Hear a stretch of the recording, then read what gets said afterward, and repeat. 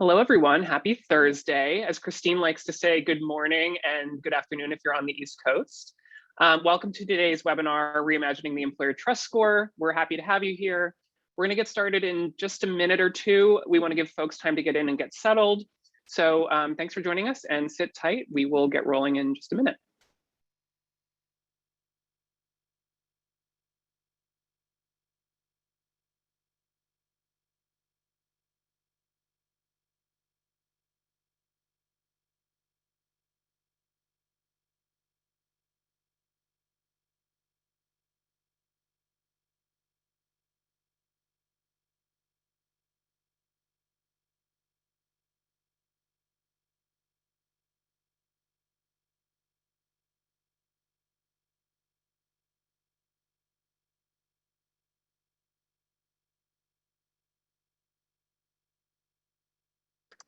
All right, let's go ahead and get rolling. So if you're just joining us, happy Thursday and welcome to today's webinar, Reimagining the Employer Trust Score. We're excited to have you here today and let's jump right in. I want to start off with some housekeeping items as per usual. As you probably know, if you've joined one of our webinars before, you are on automatic mute this morning, but that does not mean that we don't want to hear from you. You can use the Q&A box on the Zoom page to submit questions throughout today's presentation. We've got a ton of handshakers on the line to answer your questions throughout the webinar. And then we also have some time saved at the end to verbally discuss some of the top questions with our co-presenters today. So don't be shy, please feel free to submit a question. I'll also note that typically in these webinars, we get a lot of questions. So if we don't get to yours, please, we ask for for a little bit of grace from you, but we're happy to follow up. Please don't hesitate to reach out to your relationship manager if you want to continue the conversation. One of the top questions that we get every webinar is, will we get a recording of today's session?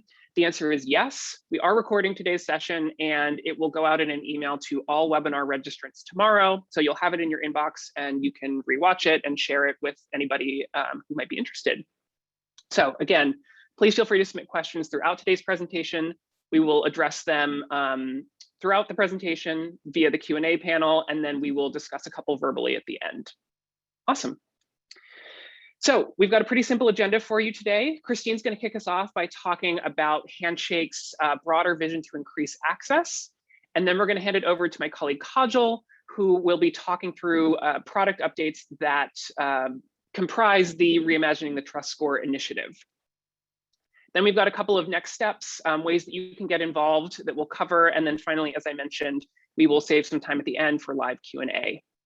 And our panelists, who you may already know, the wonderful Kajal and Christine will be doing the bulk of today's presentation. And my name is Britt. Excited to be your MC today.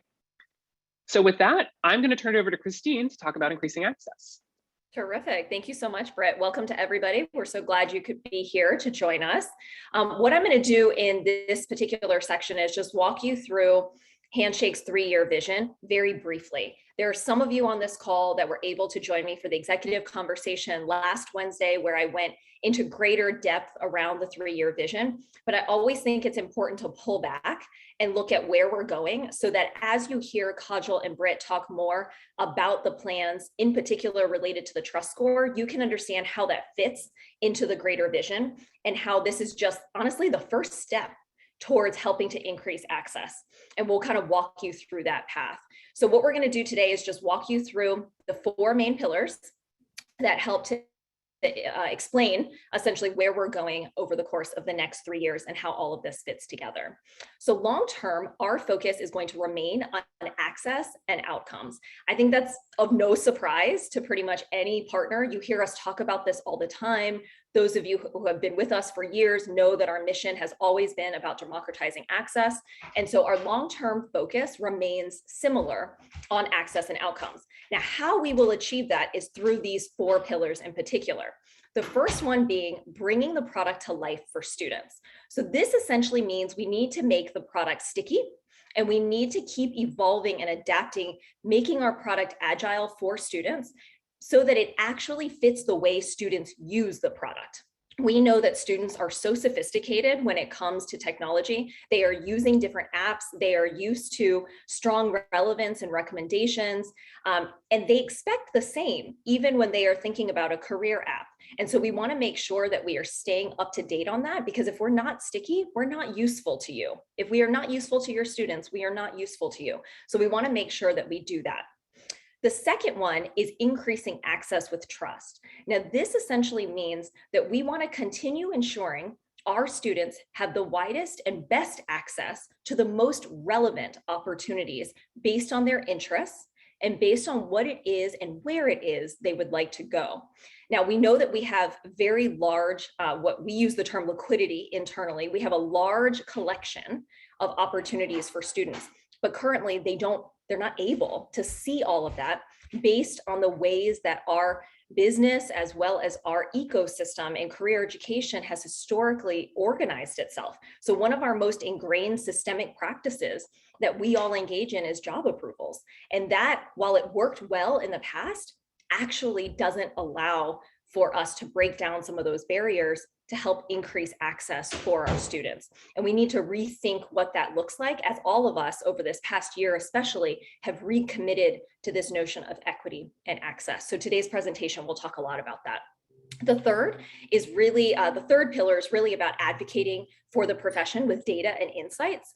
As many of you hopefully have seen, just last week, Andy and I released our white paper on outcomes and metrics that matter, really speaking to senior leaders, presidents, provosts of institutions, and articulating the value of the work that is done through career education and why it is so important to have career services and the mission of career development be core and central to an institution's mission and the student experience. So how do we, using the platform that we have and the data that we have, not only give it to you so you can shine and you can tell that story and narrative, but how do we also help reinforce that narrative and help make that push at a larger scale across the ecosystem?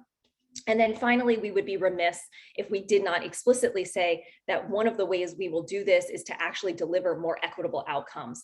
So one, we need to hold ourselves internally accountable using our data to make sure that as we build things out, we're not exacerbating gaps that exist, but we're rather closing those gaps.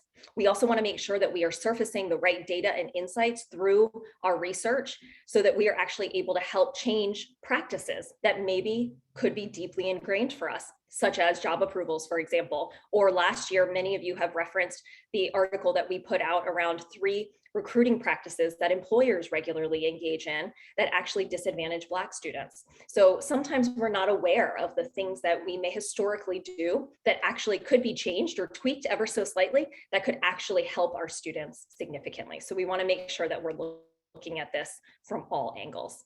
So for today, if we go to the next slide, you will see we're going to focus on the second pillar in particular, increasing access with trust. So one of the things that I talked about at the beginning and I mentioned last week was that Handshake has never shied away from systemic change.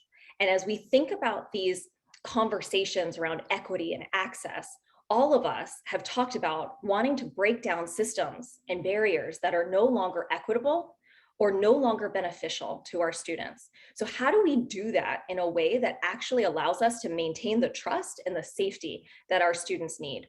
So in today's presentation, you're going to hear more from Kajal about the details of that plan.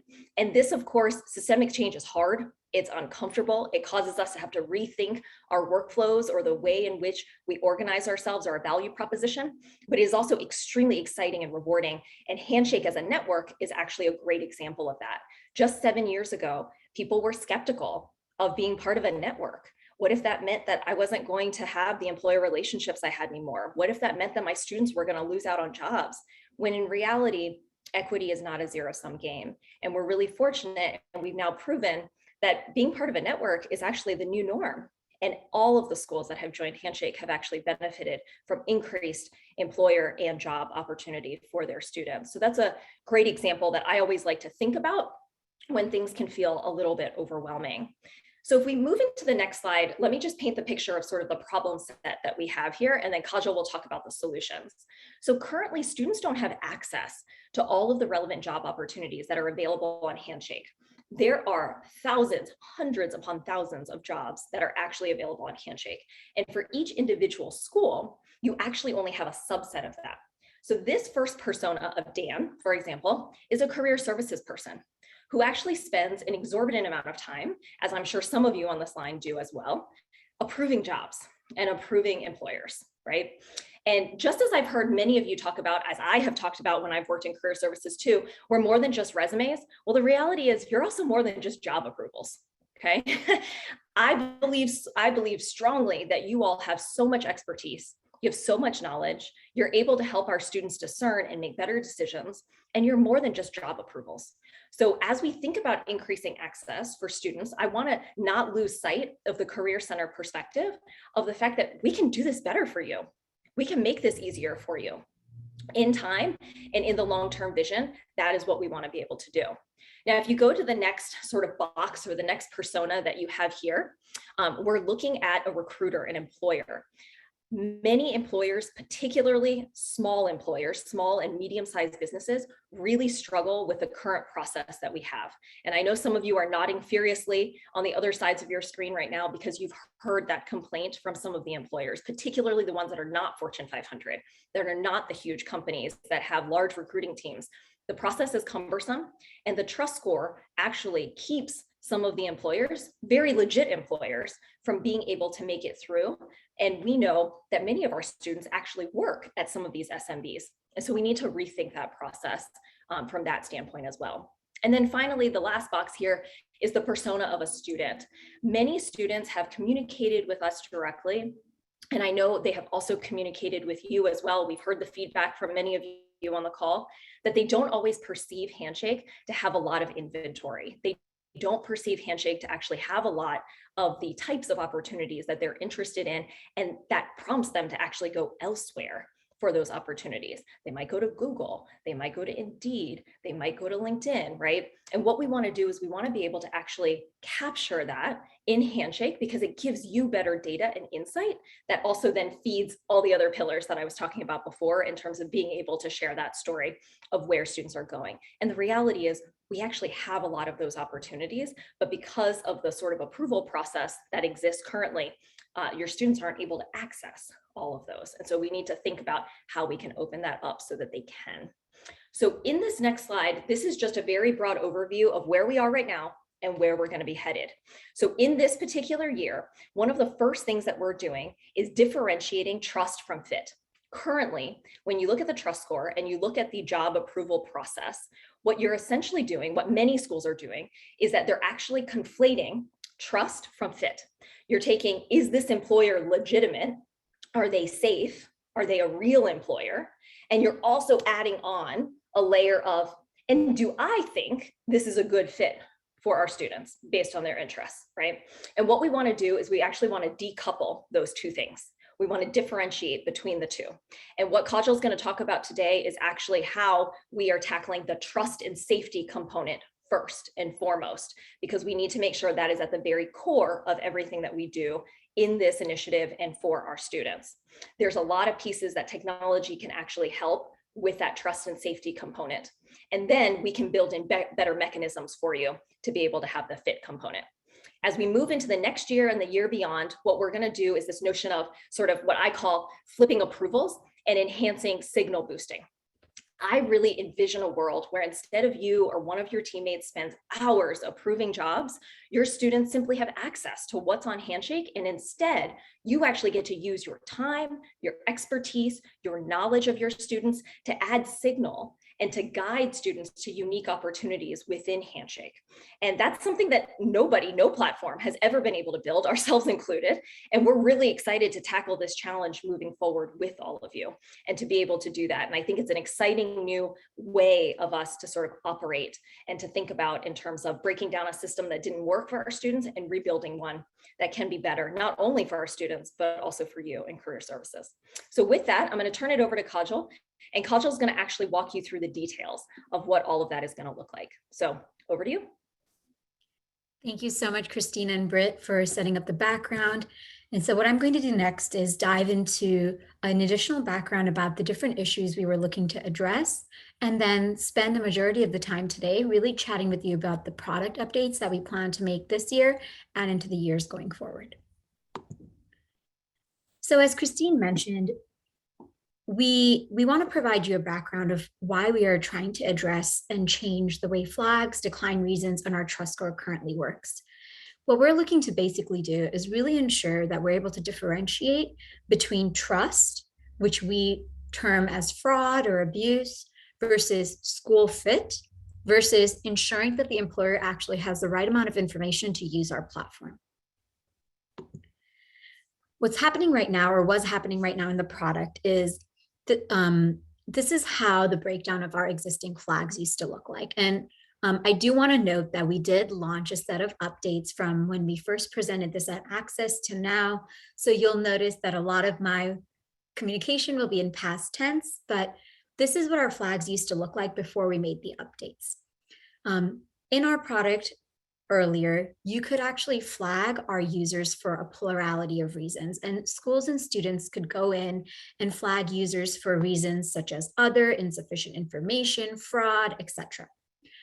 What this resulted in was that it actually reduced the efficacy of those flags by creating a lot of noise, and it obscured genuine flags about bad actors from those that did not represent fraud or abuse, such as an employer has a residential address. They may be a valid employer, but they have a residential address and thus are being flagged. Our goal with the updates we made a couple of weeks ago were to really shift the flag reasons to focus on fraud and abuse, and really translate those other reasons that we were starting to see around fit and insufficient information. Our goal was to translate that to other parts of our product. Another piece we heard quite frequently from each of you was that our education partners were not being notified when an employer they had approved had been flagged. So this made it very difficult for our education partners to react real time. And we heard that, we understood that, and we've made updates to that. Moving into decline reasons, again, providing a background of why we made these updates. As we looked at the breakdown of decline reasons prior to the updates we launched, you could see they ranged from a variety of fit for a school, reasons that should be associated with flags, and other reasons that are very specific to company information. In addition to this, only 16% of the reasons that 16% of the declines that were being posed to our employers across employers and jobs, only 16% of them had associated reasons. So several times our employers were not made aware of why they were being declined or why their job was being declined. And as we thought about these updates, we really wanted to start figuring out how can we provide updates that not only help us collect that information, but also help us get ready to power that information back to you, which I'll talk about shortly after this. And the last piece of our background is going into the existing trust score. As many of you know, the trust score right now is a 0 to 100 score that is set for each employer. And it is calculated using the following criteria: existence of flags, employer profile information, looking at the age and the activity of the employer. But there are a couple limitations that our trust score has as it stands today. The first one is that the trust score is treated like a fit score without nuanced details. We know that each of your schools has a very different definition of what is considered the best fit for your students. And thus, you have a very different definition of why you are declining the employer. But unfortunately, as the trust score stands right now, it equally weighs the declines across each of the employers, which means that across each of the schools, which means that school A could be declining the employer because the employer is a third party, has third-party recruiters. School B could be declining that same employer because that employer is located internationally. School C could be declining that same employer because that employer is a cannabis company, and so on and so forth. And so what this means is, with the current model that we have set up right now, where a lot of our education partners are declining our employers because of their trust score, it may actually be resulting in a situation where you may be declining an employer that is a great fit for your students, just does not fit the parameters of another school. And in addition to that, a couple other limitations we wanted to address that we identified through interviews with our education partners as well as our employers was that currently our new employers, when they onboard the product, have a trust score of not applicable. And they do not get a trust score until they get a job or an event approved within the system by a school. But first, the school has to approve the employer, which they do not if the trust score is not high. So as you can see, it creates a loop. Second, there is very limited transparency for our education partners and our employers into what goes into the trust score. And then I'll jump to the last point, which is really our trust score right now and the way it is set up creates a negative feedback loop in terms of looking at both age of the employer and the activity. Let me elaborate on age. Let's take, for example, that you are a very trusted employer. It's just that you've been using our product for less than 180 days. Well, in that case, the age will actually be showing up as something that negatively affects your trust score. So with that background in mind, I now want to dive into the more exciting part, which is really how did we look to solve this? And before I do this, I want to take a moment to really thank our higher education partners that were a part of our mini trust and safety advisory board that started earlier this year, really providing us feedback throughout our design and development process and continuing to validate and provide feedback as we crafted this solution and approach. So thank you. And with that, our solution for 2021 has really, as you can see, student trust at the center. Our solution is focusing on how can you differentiate fraud and abuse from fit, from insufficient employer information to continue to drive more clear signal for our education partners as they're conducting school approvals and job approvals. The way we plan to deliver this is we delivered updates across flags, updates across decline reasons, and over the next few quarters, we will deliver updates to the way the trust score currently exists. And ultimately, why are we doing this? Well, again, ultimately, we want to deliver a solution that sets our education partners up for on the right path so that you can boost the right jobs and opportunities to your students. And our employers can there can be reduced friction for our employers to actually get their job posted on our platform, which lastly and ultimately will continue to increase the percentage of jobs that each of your students sees. And with that, I want to jump into the updates that we've made around our flag taxonomy and associated moderation processes. As you can see here, and many of you may have already seen in the product, since the end of August, over the last month, we have updated our taxonomy for flags. And I won't go into this line by line, but as you can notice, a lot of these flags and all these flags are purely focusing on fraud and abuse. Now in our product, our higher education partners and our students will also be able to not only flag the company, but you will be able to flag the user as well as the job. In addition to that, we've also made updates to our notification process. We heard you and we're delivering on it. I wanted to note a couple key points here about the flow. First, our schools are now going to be notified when their students have flagged an employer and their flag has been confirmed. Once an employer is flagged in general by a school or a student, that flag will always be moderated by our trust and safety team. And again, as I noted earlier, once that flag is moderated, as that flag is confirmed, we will ensure that our education partners are notified that an employer has been flagged, and we will ensure that if a student has applied to that employer's job, then they are notified also.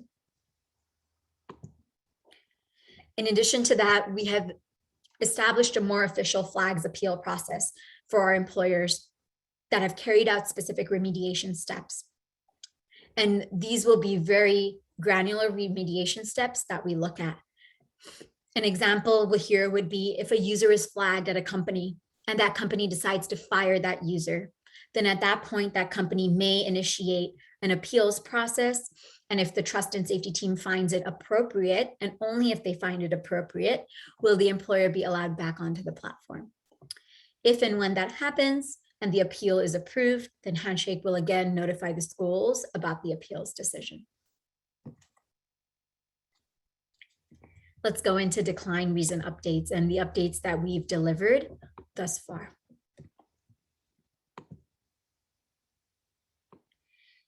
As many of you may have noticed also, we now require you to submit decline reasons when you are declining an employer, as well as when you're declining a job. We have updated these reasons into two distinct categories: employer decline reasons, which focus on capturing moral, ethical, and state-specific declines associated with an employer, and job decline reasons, which really focus on the student job fit.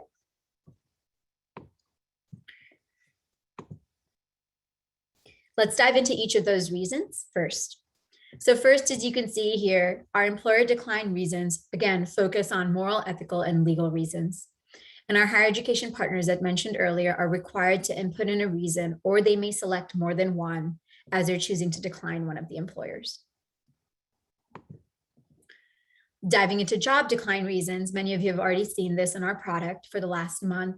We have now introduced a whole new list of job decline reasons, which are required when you're actually declining the job.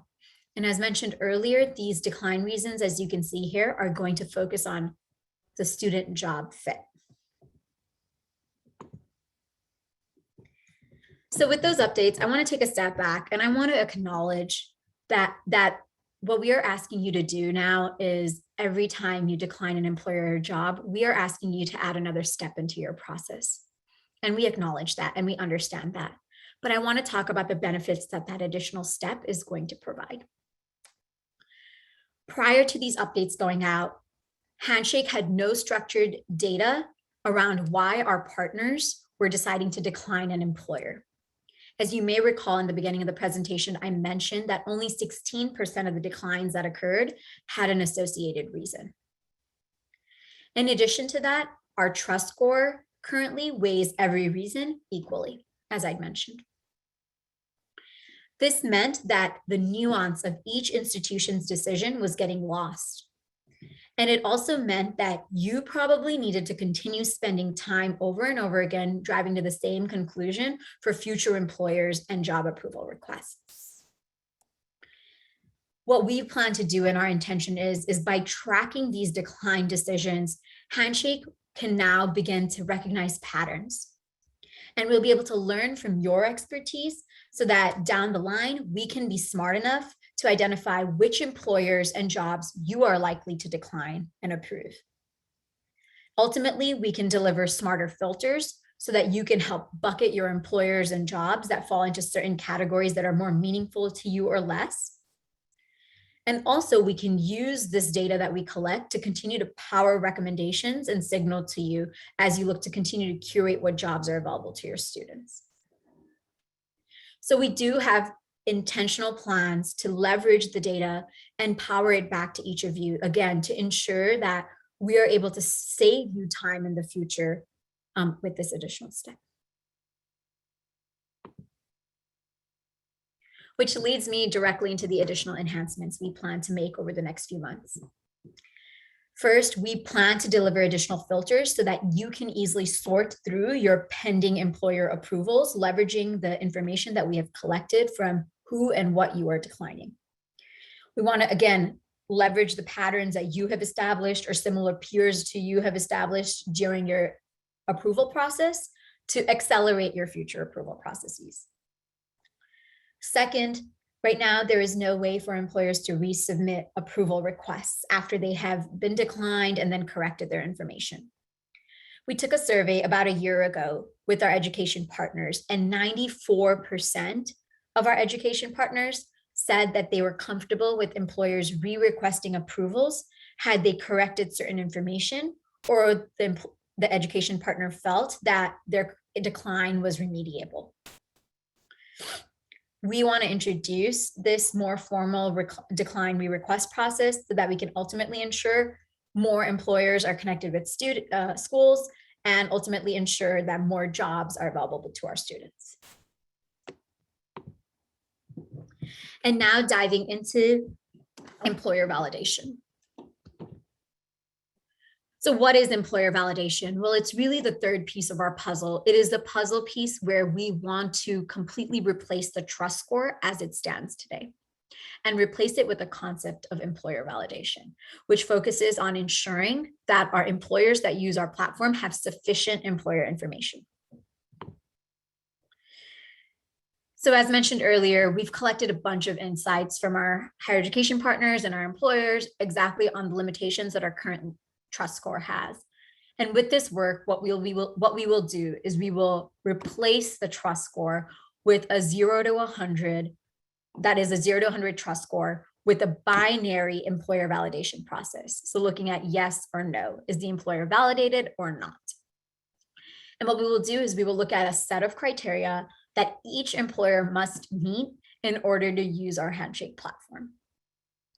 We want to focus on bringing more transparency into the process for each of you. We want to address the common decline and flag reasons around insufficient information that arises, such as a website is not working or a location doesn't exist. And ultimately, we want to take the necessary steps to create that space for you so you're not having to do that validation, as Christine mentioned, and instead you are able to spend that time driving relevancy for your students. So how do these layers all fit together that I keep talking about? Here are the 3 layers of what we call employer verification and how we want to ultimately reimagine the trust score. With this, when a new employer logs in, they will first be validated at Handshake and assessed for sufficient information. This will mean that each of you does not have to conduct the same checks for the employers, but instead it will become a prerequisite for each employer to interact with the higher education partner. Then, once the higher education partner and once the employer has been validated, they will begin to use the platform. They will decide to get connected with the school. And at that point, the decline reasons will kick in. If you at that point decide, I don't want this employer to connect with me due to moral, ethical, legal reasons, or this job is not a fit for my students. Then we'll move on to the third piece of this puzzle, which is if there is a flag that's associated with fraud and abuse, then that will be placed on the employer, the user, or a job, and that can be placed at any point by a career services user or a student. So now let's dive into what this flow of employer validation will look like. I plan to cover a couple of key points, but as Britt mentioned, you will have access to this recording. You may choose to read through this in more detail then. If you have any questions at that point, feel free to reach out to us. Here's the flow that we have in mind. Our employer users will be now required to place a user email and a phone number when they are logging in. At that point, an employer account information will need to be made if it doesn't already exist. And when that employer account is made, we will ensure that each employer places their employer website, their business phone number, their email, their location, and a couple other additional fields as required during the login process. At that point, what Handshake will do is we will ensure that we validate certain information internally. We will check, does the website work? Does the website meet the domain requirements that the email address has? Is the location phone number actually valid? Does it exist? Is it associated with the business or not? If all of these criteria are met, then that employer will be immediately validated and we'll be able to log into our platform and use it. This validation process and the time it'll take is going to be a fraction of seconds. So it will be instantaneous where you create an account and you are validated and able to use the product if you are validated as an employer. But let's say you're not validated. At that point, each employer will be sent to our trust and safety team that is not validated, and our trust and safety team will manually validate that employer user by assessing their EIN, by getting additional information, by contacting them directly. Our ultimate goal here is to ensure that our education partners, again, spend less time on admin tasks without losing security, while really setting the stage for less checkpoints that you have to be responsible for. And we're not going to stop there and with this flow. In addition to employer validation, over the next year, we will be spending time building an additional user validation and heuristics into our product. An example could be we check for the location of the IP address of an employer user and ensure that it's associated or from the same state or country that the employer should be located at, and other examples of that sort. I do want to note that as a part of this flow, I do understand that there's several small businesses that have institution affiliations. What we will do is when a small business creates an employer account, we will ensure that now each of those small businesses is able to actually place the institution affiliation within the employer account creation flow. What that will do is that if that employer is not validated automatically, maybe they don't have a working website because they're a small business, maybe their email address doesn't match the domain of the website, etc. And if that employer ends up in the manual review queue, we will ensure that because there is an institution affiliation, our trust and safety team will contact that institution directly to validate that employer to really accelerate the validation process. Our general SLA for manual validation will be 1 to 2 business days. And our SLA for validation, if there is an institution affiliation, will be less than 1 business day.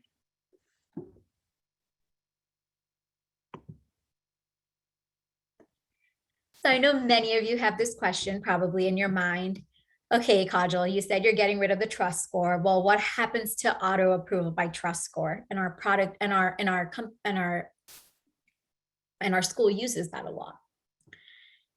So as many of you know, and I've mentioned a couple times, trust score as it stands today is an opaque score. It's crowdsourced information from our education partners where trust and fit are being conflated.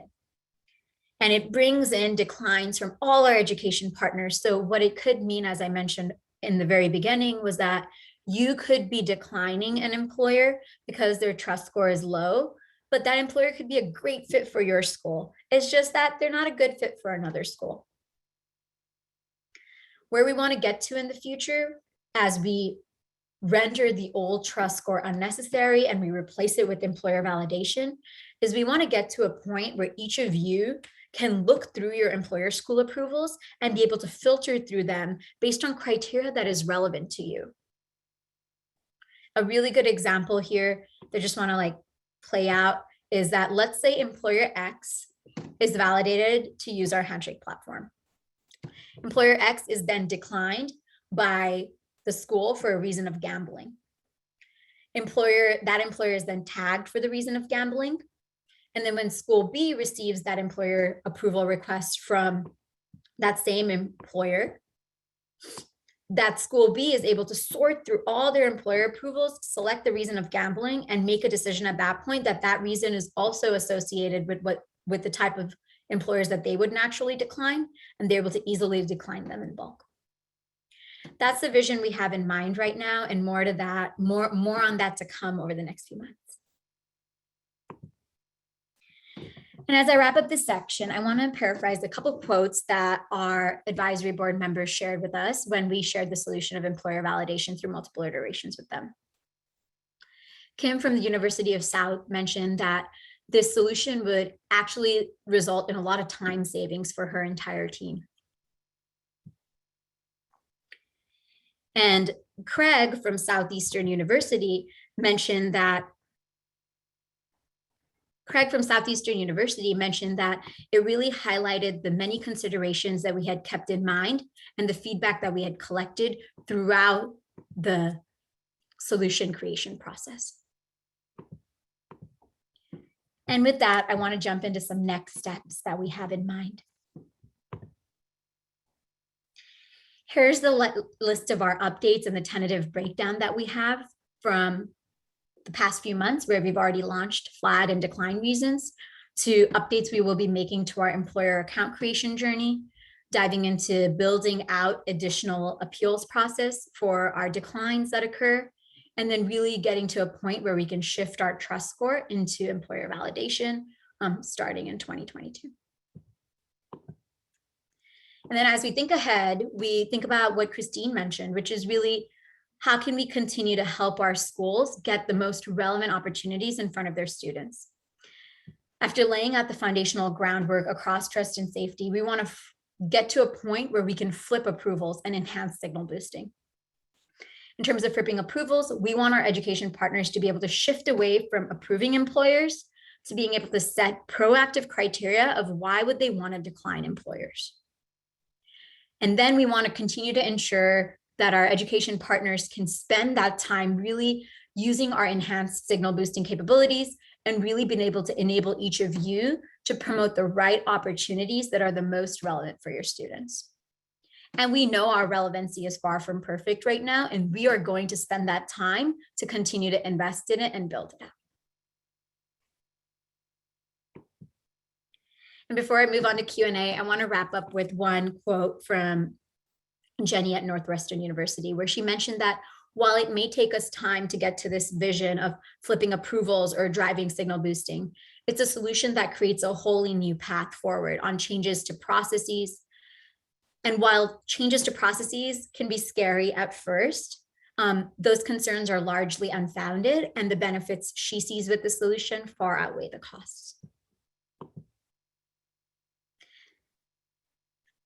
So with that, I will hand it over to Britt to continue forward with the Q&A. I think I'm going to cover this piece actually. No problem. Thank you so much, Kajal. Really appreciate all the detail that you went into, and there are already some great questions in the Q&A that I know we'll roll into both our live Q&A as well as what everybody's answering. So moving into next steps, there are a couple of things that I just want to call your attention to. The first one is actually around joining our beta group for supporting additional emails. So if you remember in my 4 pillars around the 3-year vision and where we're headed, the first one was about really bringing the product to life for students, making them fall in love with it, making it a seamless experience.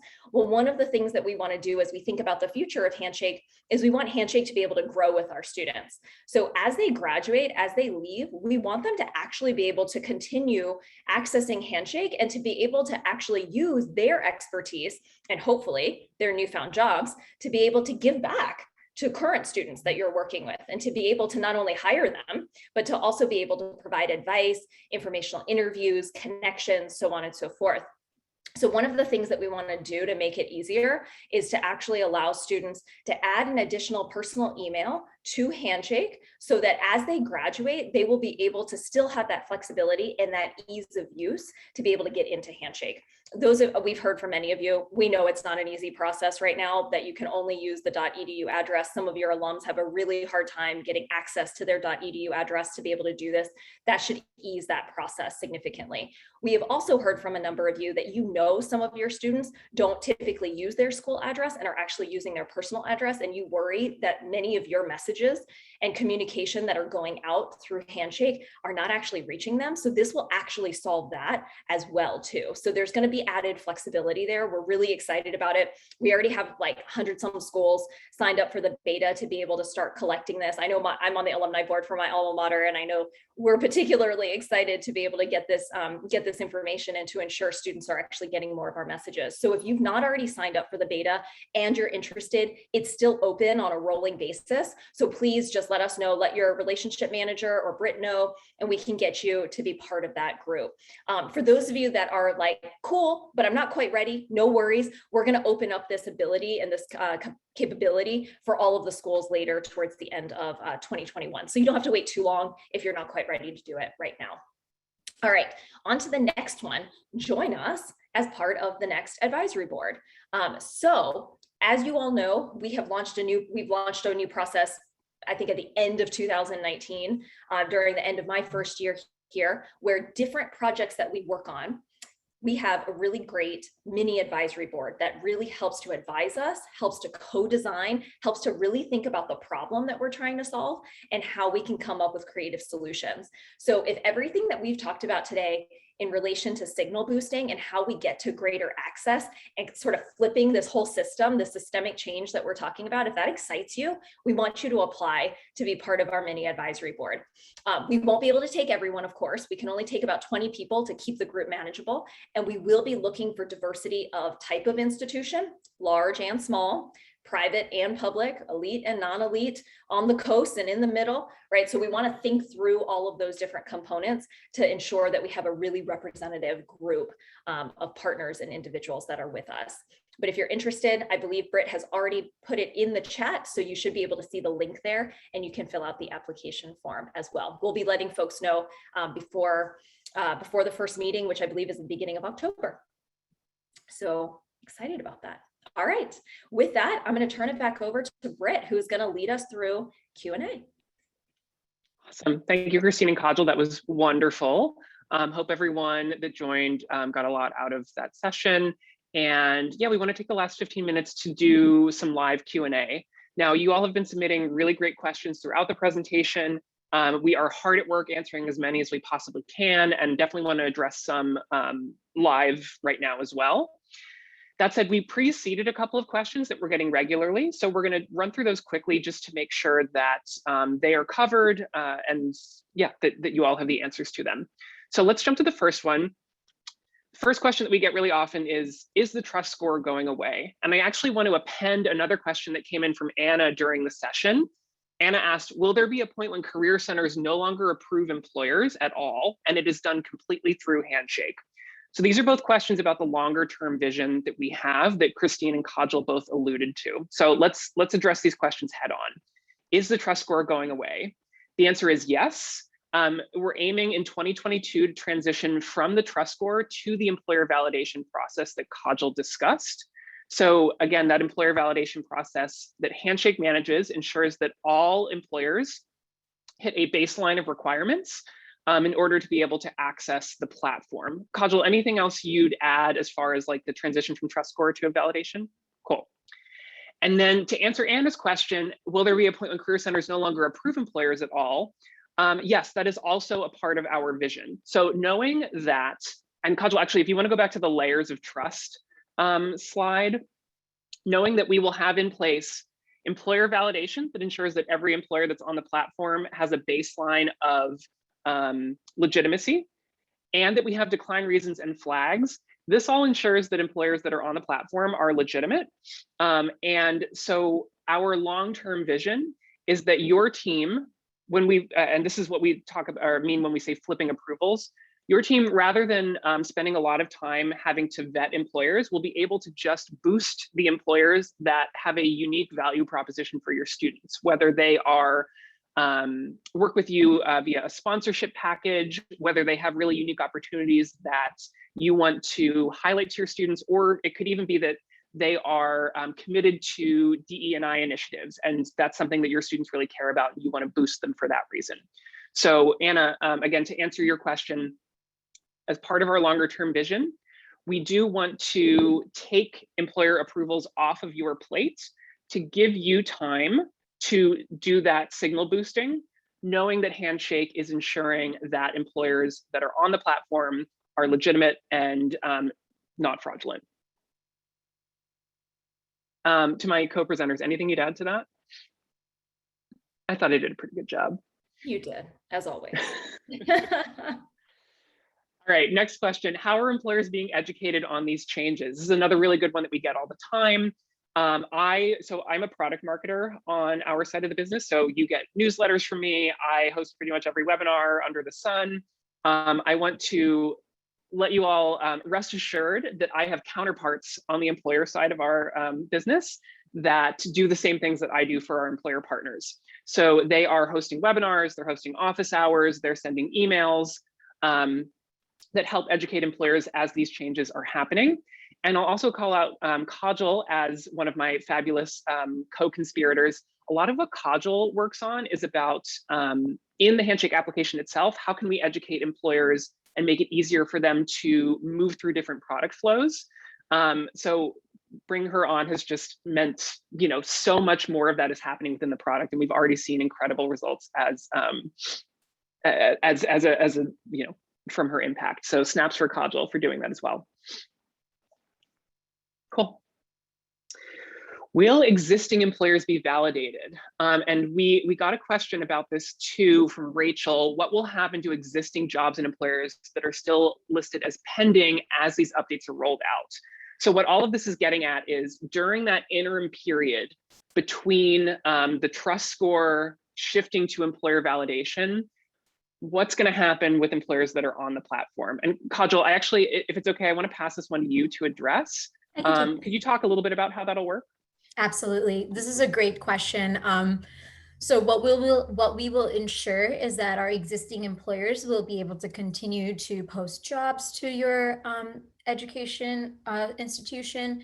But what we will ensure is that each existing employer is going to be sent through the validation process before we even launch it and make it live. So what we're going to do is spend a month or two prior to actually removing the trust score, ensuring every existing employer is validated. And if they are not, we are going to go through the manual work of contacting each of those existing employers from our trust and safety team and getting them to a point that they are able to be validated. So we're going to do our due diligence to ensure that the day we launch this new employer validation, every existing employer is considered valid, and then any new employers coming in goes through the new process. So we will take that time out to do so, and that will require us some like pre-work and time across a month or two to make sure we can get that all squared away.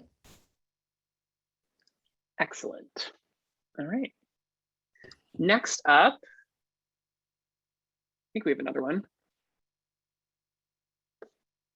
How will you ensure small employers aren't adversely affected? I know Kajal went into this during her part of the presentation, but it's worth mentioning again. And I want to call out Allison for bringing this up in the Q&A as well. Allison said, I loved Christine's use of the phrase conflating trust and fit. Oh, sorry, wait, this is a different one.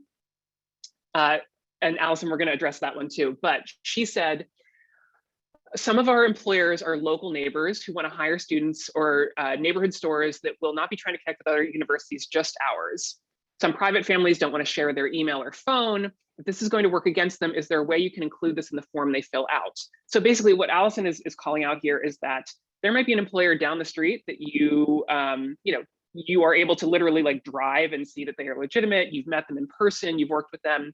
And this was a huge theme that came up during our conversations with our Trust and Safety Advisory Board, which again was made up of representatives from about 20 different Handshake partner schools. So we baked steps into the process to help ensure that those small employers are not hurt by the validation process that might require something like a non-Gmail address that they just don't have yet. So as Kajal laid out on that lovely flowchart slide, there's going to be a set of fields that we ask employers to fill out.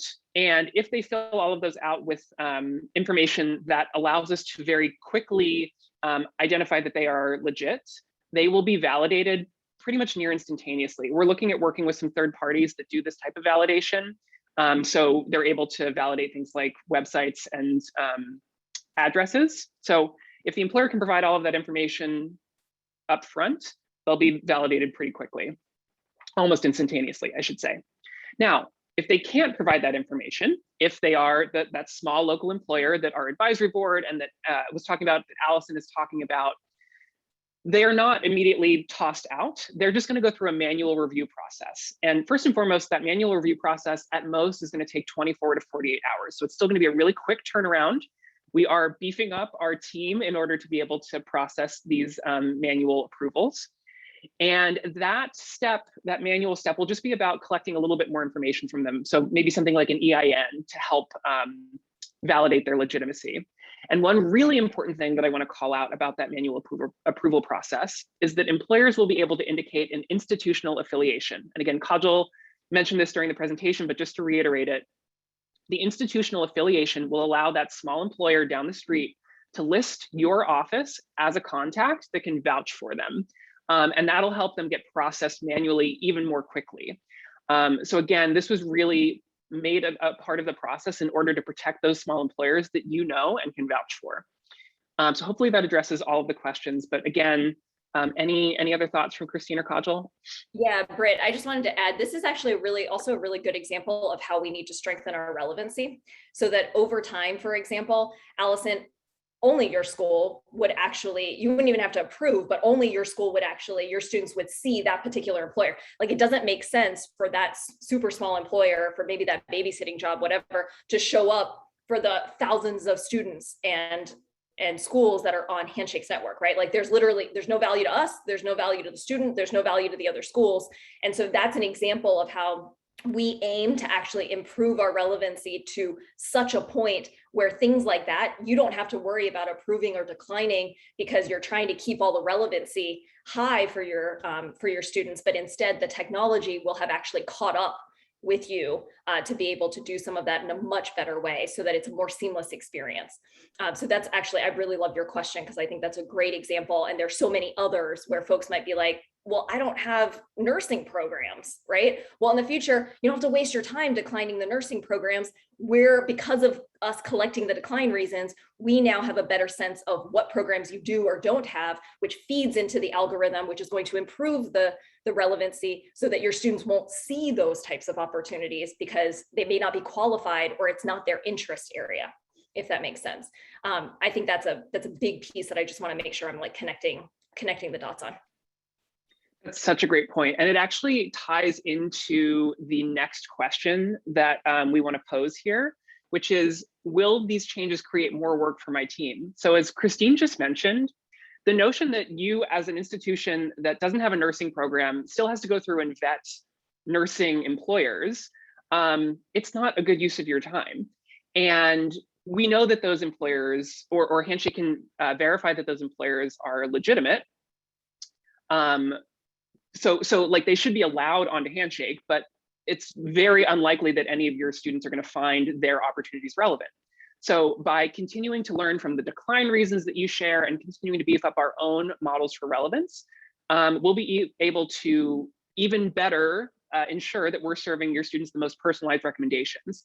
So again, you don't need to spend time vetting, declining that employer, keeping them out. Their job's just not ever going to get shown to your students. It's not ever going to get bubbled up as a recommendation because it's not relevant to them.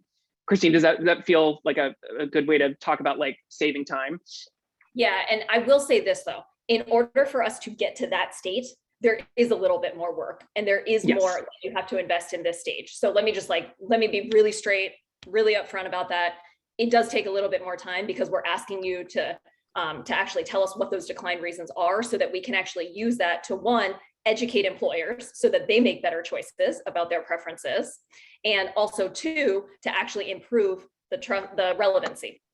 So with that being said, in the short term, there is a little bit more work for a long-term gain that will over time actually save you time. That's another great point, Christine. And actually, again, tying it in with all the questions that are coming in from our attendees today, Joanna asked, can you share how long you plan to have the decline reason pop-up box? I thought this was a really good question to talk about live because, again, as Christine just mentioned, as Kajal mentioned, we know that adding this step in the process adds more time to your workflow. You have to, pick an answer, and we talked a little bit about the short-term and long-term benefits of adding this. So yeah, Christine, do you want to talk a little bit about sort of like the long-term vision for decline reasons? Yeah, absolutely. So there's actually a few different. Let me break this down for you because right now there's multiple components and factors that go into it. Okay, so first there's employer decline, and then there's job decline. And at the moment, I think often when we talk about approvals and declines, we actually clump them together. So let's also decouple those as well. Okay, so the employer decline piece is going to get significantly easier in 2022 once we actually remove the trust score and roll out the validation component, right? That you've heard Kajal kind of talk about throughout today's presentation. Will decline reasons still exist for employers at that point? Yes, but it will be a scoped down sort of list that's really just based on like moral, ethical, maybe state legal reasons that you might have to, but essentially we'll have been able to use the decline reasons so far to get us to a point where you really there's not much there left for you to have to decline, essentially, right? The sheer majority, it's just there. You don't have to do anything with it, okay? So that's one piece. The job decline reason is a really interesting one. That takes a little bit more time. In order for us to get to this vision that I told you about, where students just have access to everything and you can just signal boost, we essentially have to go through this like intermediary step where you're starting to signal boost and we're building that feature and that component into the experience while we actually start to open up access. And then there will come a point where we will be able to flip the switch, probably like at least a year or 2 years out from now. As we get closer to that timeline, we can obviously give you updates on that, where then that piece will be available. And then you won't really have that many job declines anymore either, because students will just have access to those components. And instead of declining, you're going to be able to boost the jobs that you actually feel like are most relevant. And our relevancy algorithm will actually be strong enough that it will also be surfacing the right things in conjunction with you, right? So you boosting, relevancy getting stronger and boosting will become the new like antidote to what you're currently doing around approvals and declines. So then at that point, that, you know, essentially could sort of like drop off. The decline reasons can then sort of drop off. But that is sort of why we have to have sort of step-by-step phasing in all of it, because you can't go from 0 to 100 literally in a matter of months. It would be confusing for you. It would be confusing for your students. It would be confusing for employers. And so we have to phase each of these steps out. And I know it's a lot of information, but we promise we will continue to give you webinars like this where we can walk you through all of those steps. So Joanna, I hope that answered your question, but if it didn't, I know you have my email. Feel free to email me and your relationship manager, and we can answer that again. Awesome. And I know we're right at time. There's one more question that I wanted to quickly address. Allison, this was your other question. And we've touched on this in a variety of different ways too. This notion of academic or degree fit for an institution. You're not a nursing institution, you know, you don't have a nursing program, but nursing employers are posting jobs. And there's not a decline reason for that currently. We are planning to add a new decline reason to allow you to categorize a decline as being related to academic or degree fit, because we want to understand that information. And as Christine mentioned earlier, use that to help beef up the way that we personalize recommendations for students. That said, over the long term, when we flip approvals, we don't want you to be super focused on feeling like you have to keep those nursing employers out, because Handshake's relevance will be able to take care of, you know, ensuring that your students are only seeing the most relevant opportunities to them. So we are going to introduce that as an option in the short term so that we can, again, collect that information. And we'll have more information about that coming very soon as far as like when it's going to launch as a decline reason. But again, long-term vision, Handshake will understand what is most relevant for your students, and you won't have to spend time you know, declining opportunities for that reason. Cool. I'm seeing nods. Awesome. And Allison said she got it too. Super. Thanks for posing the question. We're over time. Thank you to you lovely co-presenters. You're so fabulous. Thanks so much for joining, everyone. You'll get a recording in your inbox tomorrow, and look forward to seeing you on a future webinar. Please answer our survey. Thank you. Oh my goodness, yes, fill out the survey. It's coming out your way in as soon as we end the webinar. So let us know what you thought. Have a great Thursday, everyone.